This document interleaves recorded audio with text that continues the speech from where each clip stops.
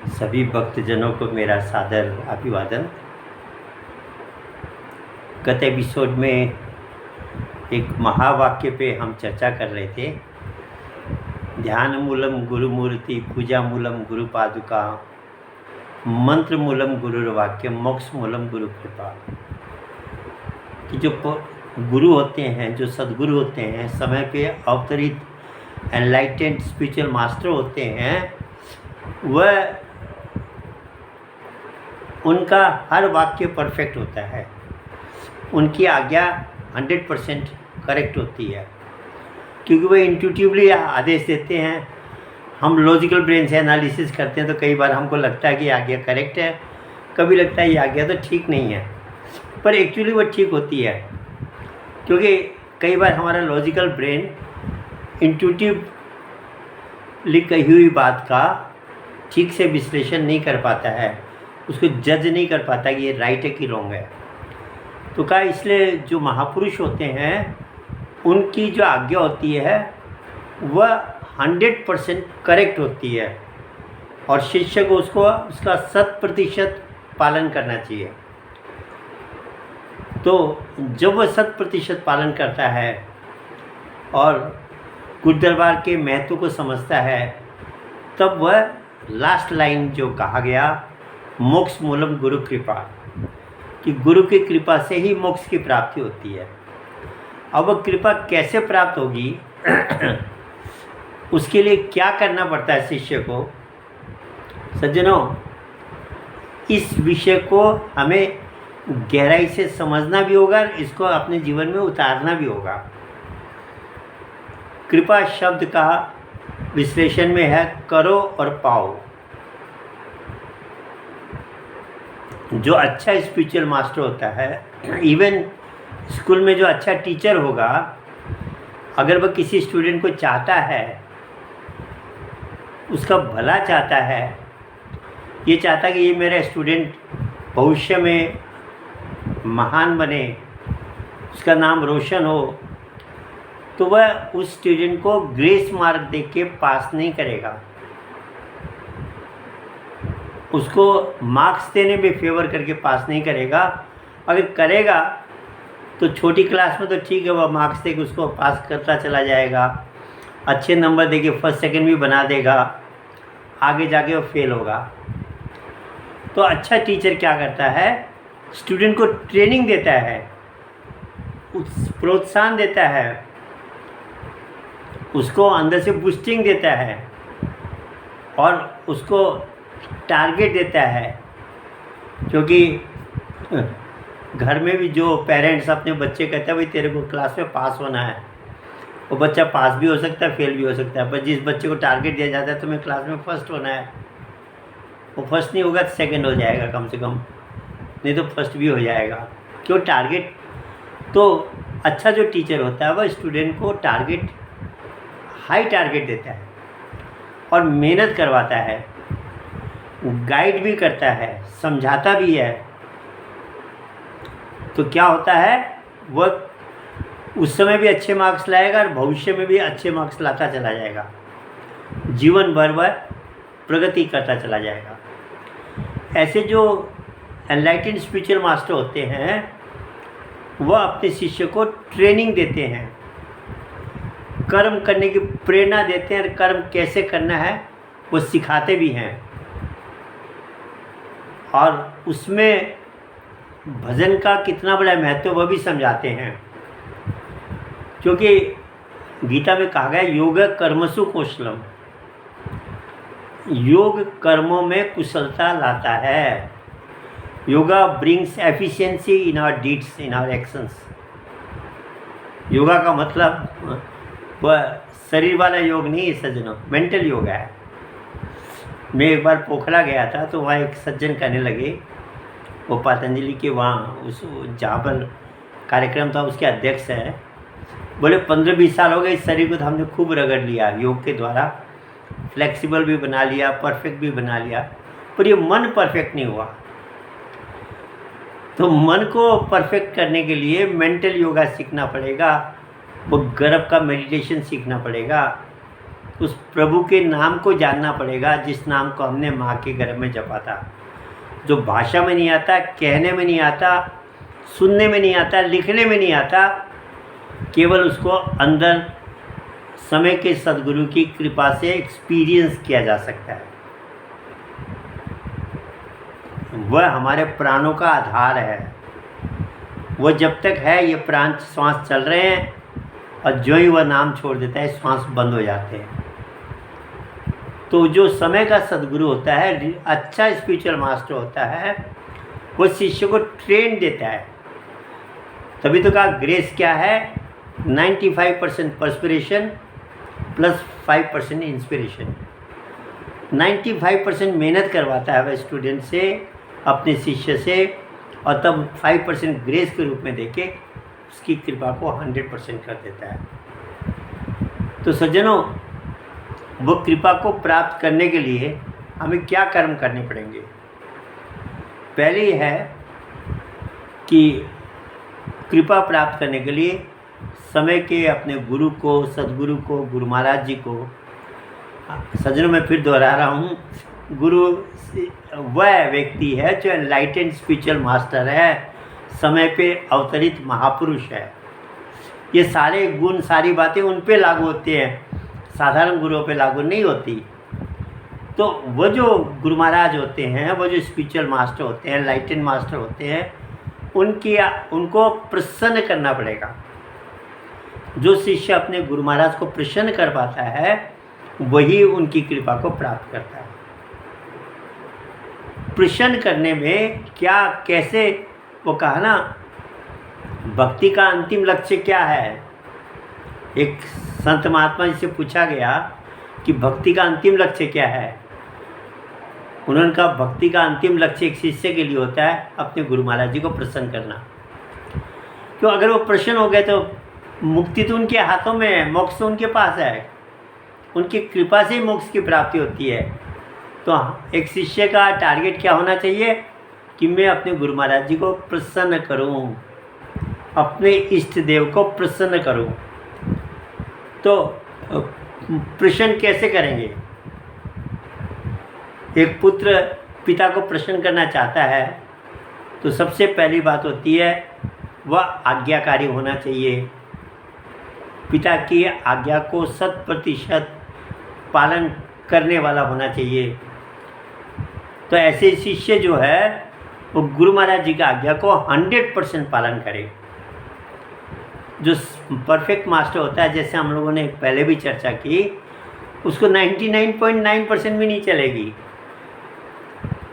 100% होना पड़ेगा।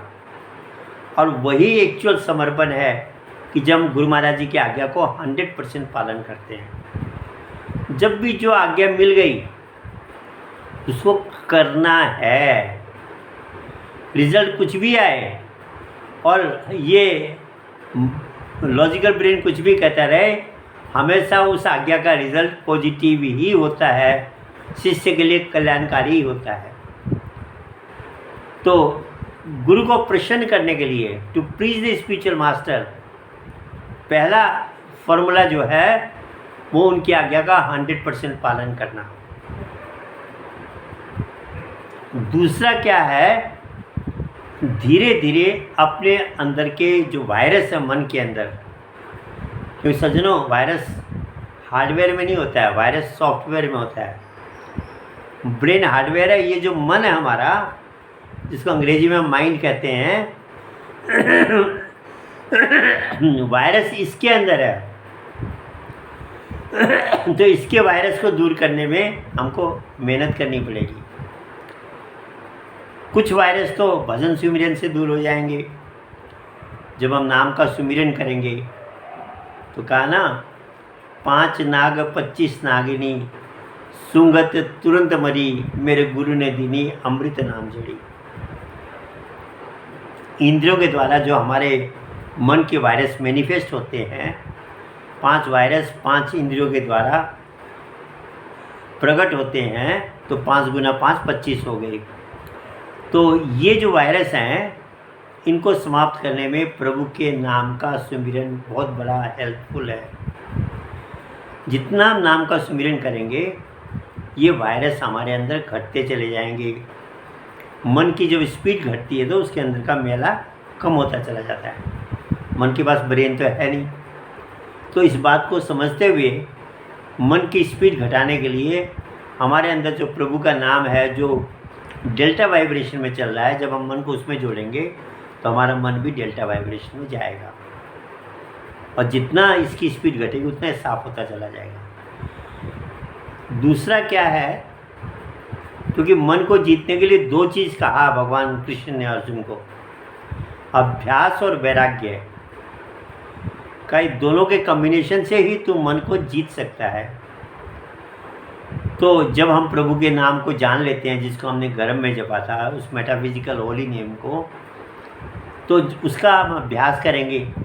पर उसके साथ कॉम्बिनेशन क्या होना चाहिए, जैसे खाने के साथ पानी का कॉम्बिनेशन होता है, अगर कॉम्बिनेशन नहीं है तो खाना अपच कर देगा। उसके साथ कॉम्बिनेशन है वैराग्य का, और वैराग्य व्यक्ति में आता है, कहते हैं वैराग्य की वैराइटीज़ तो बहुत है। गीता में, गरुड़ पुराण में गरुड़ जी जब भगवान विष्णु से पूछते हैं कि प्रभु मुक्ति के लिए सबसे ज़रूरी क्या है, तो कहते हैं जब तक वैराग्य जीवन में नहीं आएगा व्यक्ति मोक्ष को प्राप्त नहीं कर सकता। कहा वैराग्य, कौन सा वैराग्य, कितने प्रकार के वैराग्य होते हैं, तो उन्होंने कहा पहला वैराग्य गर्भ वैराग्य। गर्भ में जब बच्चा कष्ट में होता है तो उसके अंदर एक वैराग्य होता है कि मैं बाहर जाकर ये दोबारा जन्मने मरने वाले चक्कर से मुक्त होने का उपाय करूँगा। पर बाहर आने के बाद वह वैराग्य समाप्त होता है। तो कहा ये वैराग्य टेम्परेरी है, परमानेंट नहीं है। दूसरा वैराग्य कहा शमशान घाट का वैराग्य। जब व्यक्ति शमशान घाट जाता है, देखता है जिस शरीर को हम इतना हिफाजत से इसका ख्याल करते हैं, एक एक शरीर के अंग को कितना इसके लिए मेहनत करते हैं, इसको मेंटेन करने के लिए, ये थोड़ी देर में राख का ढेर बन जाता है। तो वैराग्य आता है कि यार एक दिन ये शरीर छोड़ना है, मैंने भी संसार से जाना है, तो संसार की कोई चीज़ भी मेरे साथ नहीं जाएगी, तो मैंने उस कमाई को करना चाहिए जो मेरे साथ जाएगी। तो टेम्परेरी मोह हटता है, वैराग्य जागृत होता है, पर वह भी घर आते आते या कुछ दिन के अंदर वह वैराग्य भी समाप्त हो जाता है। तीसरा वैराग्य आता है जब बहुत बड़ी परेशानी आए, बहुत बड़ा संकट आए, बहुत बड़ी बीमारी आ जाए, कोई आपदा जीवन में आती है, चाहे शारीरिक हो, चाहे सामाजिक हो, चाहे मानसिक हो, चाहे आर्थिक हो, आपदा जब जीवन में आती है तो उस समय फिर उसको वैराग्य आता है कि संसार तो दुख का सागर है, इसमें तो दिमाग लगाना बेकार है। पर जब वह, क्योंकि समय तो परिवर्तनशील है, जब वो चली जाती है तो वैराग्य समाप्त हो जाता है। तो कहे 3 वैराग्य आने वाले जाने वाले हैं, ये मुक्ति के रास्ते में नहीं ले जाएंगे। ये परमानेंट वैराग्य जब तक जीवन में नहीं आएगा तब तक इस मन को हम नहीं जीत सकते। तो वह वैराग्य किससे आता है, कहा सत्संग से आता है। तो गुरु महाराज जी की कृपा प्राप्त करने के लिए, उनको प्रसन्न करने के लिए अभ्यास के साथ साथ वैराग्य का होना भी जरूरी है। वैराग्य और अभ्यास दोनों जब हमारे जीवन में होंगे तब मन को जीतने के रास्ते में अग्रसर होंगे। आज्ञा का पालन, जीवन में मन को जीतने का प्रयास, उस साधना में आरूढ़ होना, उसके लिए अभ्यास और वैराग्य दोनों का कॉम्बिनेशन होना, मतलब सत्संग में भी उतना ही प्रेम होना। सज्जनों, सत्संग सुनना अच्छी बात है, समझना भी अच्छी बात है, पर उससे आगे क्या है, सत्संग से प्रेम हो जाना। आपको किसी चीज़ से प्रेम हो जाता है तो उसके बिना आप तड़पने लगते हैं, बेचैनी होती है। ऐसे जब हमको सत्संग से प्रेम होना पड़ेगा। अभी तो रामायण में भगवान राम भिल्ली को समझाते हुए कहते हैं, प्रथम भक्ति संतन कर संगा, पहली भक्ति सत्संग सुनना है, दूसरी रति मम कथा प्रसंगा। प्रेम हो जाना। तो सत्संग से जब तक हमको प्रेम नहीं होगा, हमारे अंदर परमानेंट वैराग्य जागृत भी नहीं होगा। और जिस दिन सत्संग से प्रेम हो जाएगा, वो वैराग्य हमारा जागृत भी हो जाएगा। क्योंकि कहा सबसे जो प्रॉब्लम की चीज़ है लाइफ में, सबसे बड़ा जो वायरस में जो एक बहुत इम्पॉर्टेंट वायरस है, वो डिफ़िकल्ट वायरस है, कहते हैं वो मोह है। रामायण में कहा मोह सकल व्याधिन कर मूला, तीन इससे उपजे बहु दुख सुला। कि सारे बुराइयों, ये परेशानियों का जो कारण है मोह है। परिवार के प्रति मोह, संतान के प्रति मोह, धन के प्रति मोह, सम्मान के प्रति मोह, शरीर के प्रति मोह। मोह अनेक प्रकार का है। वह मोह को समाप्त क्या करता है? वैराग्य करता है। तो जब हमको सत्संग से वास्तव में प्रेम होगा, तो वैराग्य धीरे धीरे हमारे अंदर प्रकट होकर मोह समाप्त होता चला जाएगा। तो प्रसन्न करने के लिए आज्ञा के साथ साथ सत्संग से प्रेम होना बहुत आवश्यक है। तीसरा जो महत्व है, गुरु महाराज जी की कृपा प्राप्त करने के लिए जितना छोटा हम बन पाएंगे, क्योंकि जब भगवान विष्णु से पूछा गया नारद जी कि आपका आहार क्या है, कहा मैं भक्त के अहंकार को खाता हूँ।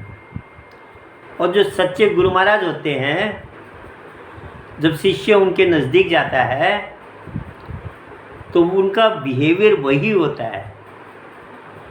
वो शिष्य की जो तथाकथित गुरु होते हैं वो तो बड़ा ही करेंगे, बड़ा कोई पैसे वाला धनवान नेता शिष्य आ जाए, अरे आप तो ऐसे हो वैसे करके उसकी बड़ाई करेंगे, जिससे कि वह ज़्यादा उनकी सेवा करे, उनका सम्मान करे। वो जो सच्चे गुरु महाराज होते हैं, वह कोई भी आए, उनका टारगेट एक ही होता है कि इसके अंदर के अहंकार को समाप्त करना। तो वह हमेशा उसको ऐसा बर्ताव करेंगे कि जिससे कि उसका अहंकार समाप्त हो, उसके अंदर के वायरस समाप्त हो। तभी कहा गुरु कुमार शिष्य कुंभ है, गड़गड़ काढ़े खोट, अंतर हाथ सहारा दे बाहर मारे चोट। अंदर से सहारा देंगे, बाहर से टाइट करेंगे और धीरे धीरे उसके वायरस को दूर करेंगे। उस समय शिष्य गड़बड़ा गया कि मेरे गुरु महाराज तो मेरे से कितना प्रेम से बोलते नहीं हैं, इतना कड़ा बोलते हैं, गड़बड़ा जाएगा। क्योंकि गुरु महाराज जी का जो सच्चे गुरु महाराज होते हैं, उनका लक्ष्य होता है कि मैं शिष्य को अपने समान बनाऊं।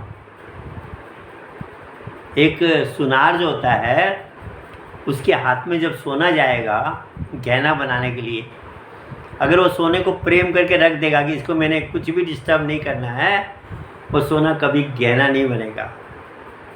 सुनार उसके साथ कितना उससे वो पेश आता है, आप कहोगे कितनी कठोरता से पेश आता है।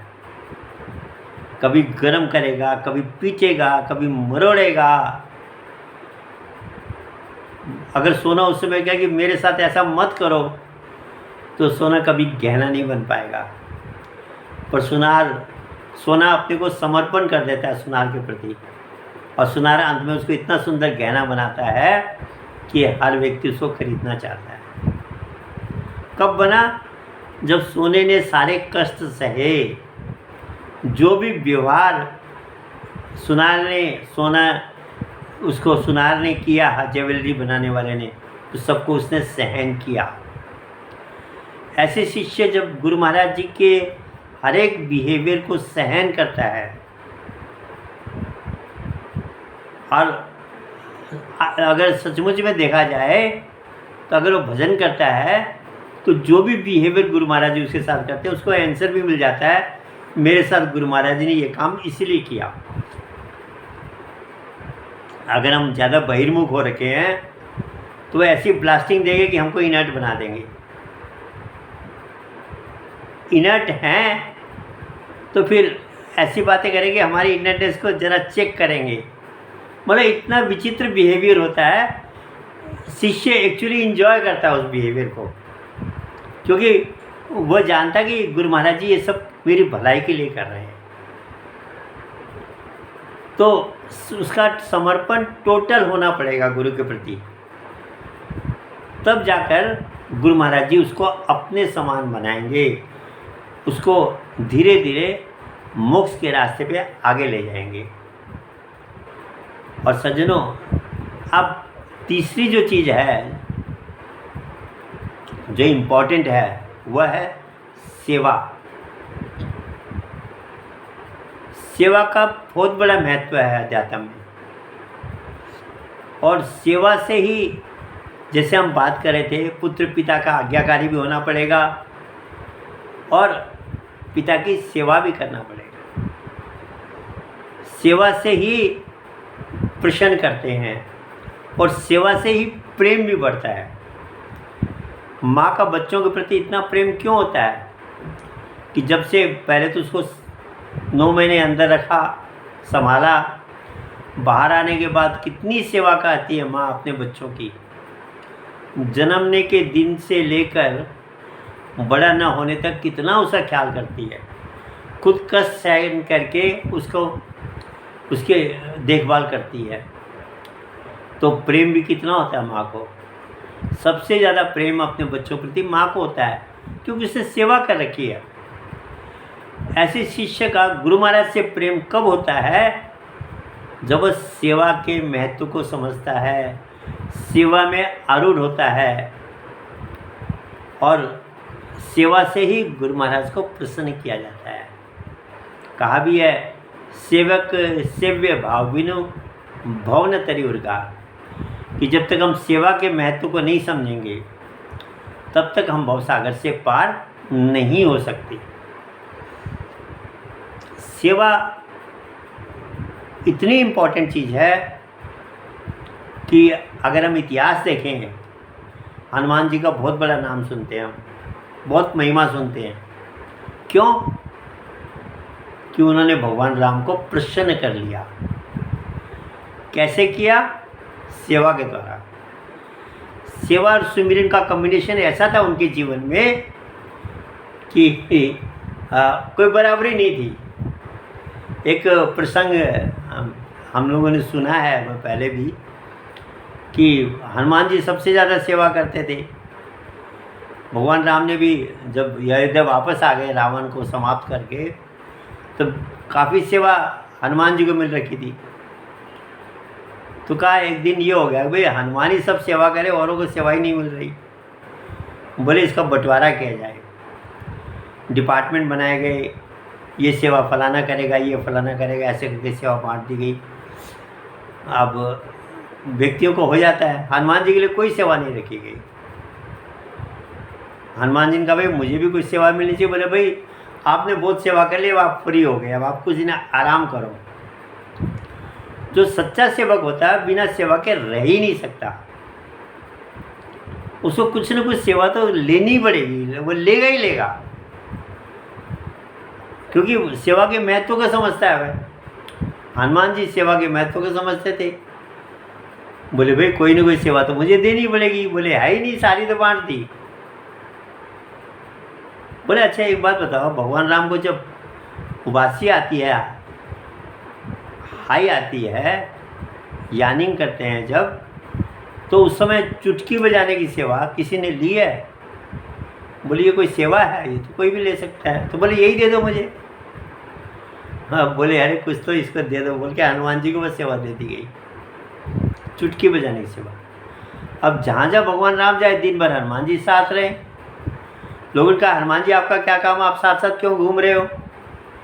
अरे बोले मुझे आप लोगों ने सेवा दी है, जब भी उनको उबासी आएगी तो मैंने चुटकी बजानी है। कब आ जाए उबासी और मैं चुटकी नहीं बजा पाऊँ तो मेरी सेवा गड़बड़ा जाएगी। तो ये बात तो जेन्युइन थी लॉजिक उनकी। अब सब चुप। बोले हनुमान तो फिर भी पीछे रह गया, साथ साथ रह गया वहाँ महाराज के प्रभु के। दिन भर रात साथ साथ रहे, पूरा दिन गुरु महाराज का अपने इष्ट देव के साथ कहते हैं अनेक प्रकार की मुक्ति होती है। एक मुक्ति सालोक्य मुक्ति है, मनुष्य जन्म मिलना सालोक्य मुक्ति है कि हमको वो मौका मिल गया कि हम अपना कल्याण मुक्ति के प्राप्त कर सकते हैं। तो मनुष्य शरीर की प्राप्ति सालोक्य मुक्ति है। एक का सामीप्य मुक्ति, एनलाइटेंड स्पिरिचुअल मास्टर के साथ रहना, वह भी एक प्रकार की मुक्ति है, उसको सामीप्य मुक्ति कहा गया। तो हनुमान जी तो सामीप्य मुक्ति का आनंद लेने लग गए। पूरा दिन बीत गया, रात को जब भगवान राम शयन के लिए जाने लगे तो हनुमान जी साथ साथ जाने लगे। माता जानकी ने कहा, भैया हनुमान अब तुम्हारी ड्यूटी पूरी हो गई, अब तुम आराम करो और हम भी आराम करेंगे। हनुमान जी ने देखा है तो गड़बड़ हो गई। अब अगर रात को प्रभु राम को अगर उबासी आ गई और मैंने चुटकी नहीं बजाई तो मेरी सेवा गड़बड़ा जाएगी। बोले अब क्या करूं? वो क्या किए, कोने में चले गए, जाके बैठ के नाम का सुमिरन करते हुए ऐसे चुटकी बजाते गए। इधर उनका सुमिरन चल रहा है, इधर चुटकी बज रही, दोनों काम एक साथ हो रहे हैं। और हो सकता है सज्जनों, कभी तो गीता में कहा तस्मात् सर्वेषु कालेषु मामनुस्मर युद्ध च, कर्म भी कर सुमिरन भी कर। तो वो सेवा भी कर रहे हैं, सुमिरन भी कर रहे हैं। और सेवा और सुमिरन का भी कम्बिनेशन अगर नहीं है तो हमारी सेवा अधूरी रह जाती है। जो सुमिरन के साथ सेवा करता है उसकी सेवा बेटर होती है। तो हनुमान जी चुटकी बजाते हुए, सुमिरन करते हुए चुटकी बजाने लगी अपनी सेवा। बोले अब रात भर जब तक प्रभु राम को कि मुझे दर्शन प्राप्त नहीं होते, उनके साथ नहीं होता मैं जब तक, तब तो मुझे कंटिन्यू चुटकी बजानी है, जिससे जब भी उनको उबासी आएगी तो मेरी चुटकी चालू है। अब सेवक की सेवा को भगवान कैसे न ले? अब जब उनकी चुटकी लगातार चलने लगी सुमिरन के साथ, भगवान राम को उबासी आ गई, मुंह खुला का खुला रह गया। लगातार उबासी आ रही है, माता जानकी परेशान। जब कई देर ठीक नहीं हुआ तो औरों को बुलाया गया, वहाँ सारा जमावड़ा हो गया, सब इकट्ठे हो गए। वो सारे ड्यूटी बांटने वाले भी सारे इकट्ठे हो गए। बोले आज भगवान राम को बंद ही नहीं हो रहा, मुंह बंद ही नहीं हो रहा, खुला का खुला है। गुरु वशिष्ठ को बुलाया गया कि ये मेडिकल डॉक्टर्स तो कुछ इलाज बता ही नहीं पा रहे, अब क्या हो सकता है। गुरु वशिष्ठ ने देखा सब है, बोले यहाँ हनुमान जी दिखाई नहीं दिए। बोले पता नहीं कहाँ। बोले उनको क्या सेवा दे रखी है? बोले उन्होंने एक ही सेवा ली है, उबासी आए तो चुटकी बजाएंगे जिससे भगवान राम को का मुंह बंद हो जाए। अरे बोले हनुमान को ढूंढो, कहाँ है? देखा था हनुमान जी एक जगह बैठ के नाम का सिमरन कर रहे हैं, चुटकी बजा रहे हैं। वशिष्ठ जी ने कहा यही प्रॉब्लम है। हनुमान जी को रिक्वेस्ट किया, भैया आप आओ एक बार, भगवान राम के सामने चुटकी बजाओ। जो उन्होंने चुटकी बजाई, मुंह बंद हो गया। लोगों ने कहा हनुमान जी हम हार गए आपसे, आप जैसे पहले सेवा करते थे वैसे करते जाओ, आपकी सेवा को हम नहीं छोड़ा सकते। आप और प्रभु राम का ऐसा संबंध है, उसमें हम कुछ भी नहीं कर सकते। तो सज्जनों, ये होता है सेवा का महत्व। जो शिष्य निष्कपट भाव से अपना कार्य समझ करके गुरु महाराज की सेवा में लगता है, बिना कोई स्वार्थ के, और सुमिरन करते हुए सेवा में लगता है, उसकी सेवा गुरु महाराज जी को निश्चित रूप से प्रसन्न करती है। इसलिए सेवा का बहुत बड़ा महत्व है जीवन में। और सेवा के रहस्य को समझना बहुत ज़रूरी है। अगर हम सेवा के महत्व को समझ गए और सेवा को कैसे करना है उस कला को सीख गए, तो निश्चित रूप से हम अपने इष्ट देव को, अपने गुरु महाराज जी को प्रसन्न कर सकते हैं। तो सेवा बहुत महत्वपूर्ण चीज़ है। ये इस पे हमारा एक एपिसोड और चलेगा, जिसमें सेवा कितनी प्रकार की होती है, कैसे करनी होती है, क्या है उसका सिस्टम, इस पे अगले एपिसोड में चर्चा होगी। अभी समय हो गया है। सबको मेरा नमस्कार, धन्यवाद।